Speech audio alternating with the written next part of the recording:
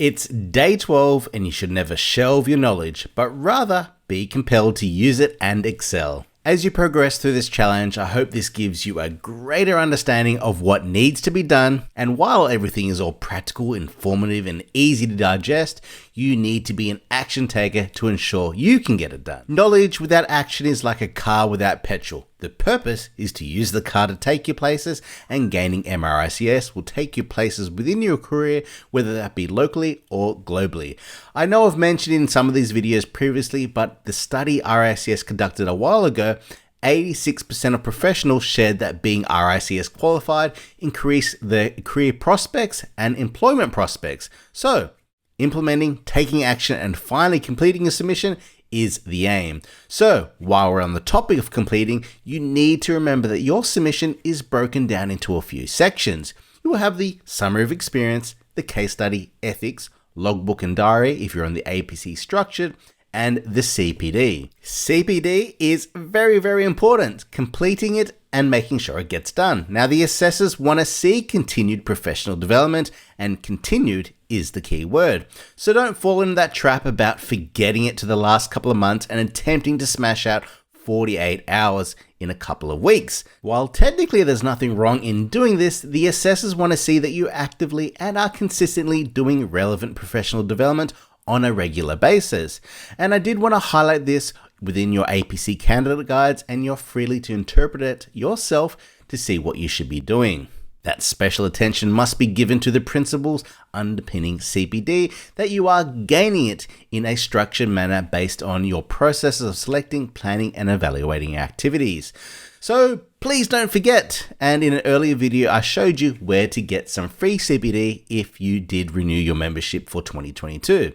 Now, with all that said, let's get back to our level 3 competencies, and I will be sharing a few on the screen, and you will notice easily about those phrases which can direct your counselor and assessor to see that nature of that sound professional advice.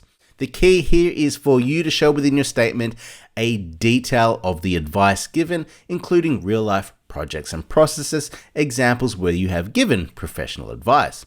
Remember, we have that box of the competency, that overarching statement within your pathway guide.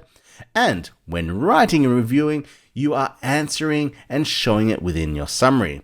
But a bit of a side note, you must satisfy to yourself and your counsellor that you have reached the required level of experience before applying for assessment. Think about that. As level 3 is the key, and this is the level that can distinguish you as a chartered surveyor and is the prime determining factor when writing and your professional interview that you have actually reached it, so we can award you this. Now, these level 3 technical competencies are your primary skills, so if you can't show it or articulate it, you should review and create a strong statement that will explain this and show that you have given sound professional advice. Now remember, some of the examples I'm sharing are a little bit older, some might be a little bit outdated, but it's to give you confidence in the structure so you can create something amazing. The first one is design and specifications for building surveying, level 3.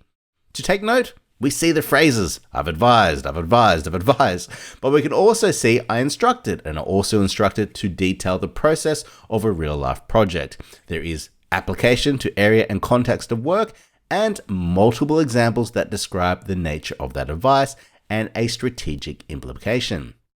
Next, purchase and sale from planning and development, level 3. We can clearly see 2 projects and real life examples.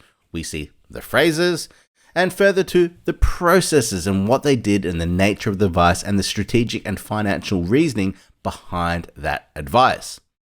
And finally, a QS level 3 project financial and control reporting. Now this one is a little bit more basic, but still good to review. We can see to whom the advice was given. We can see a strategic and financial reasoning, but it is evident of the reasoning and the processes used. So let's get cracking to ensure that today and over the weekend we can complete all our level 1s, 2s and 3s, and please ensure you have completed some CPD as well if you have time, as next week we're going into the case study and I will have heaps of tips for you, and we're going to reverse engineer it so I can show you some key elements that is not missed when creating something amazing.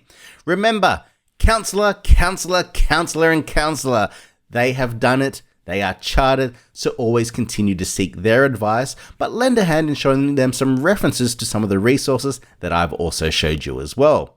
I'll see everyone next week, and happy writing!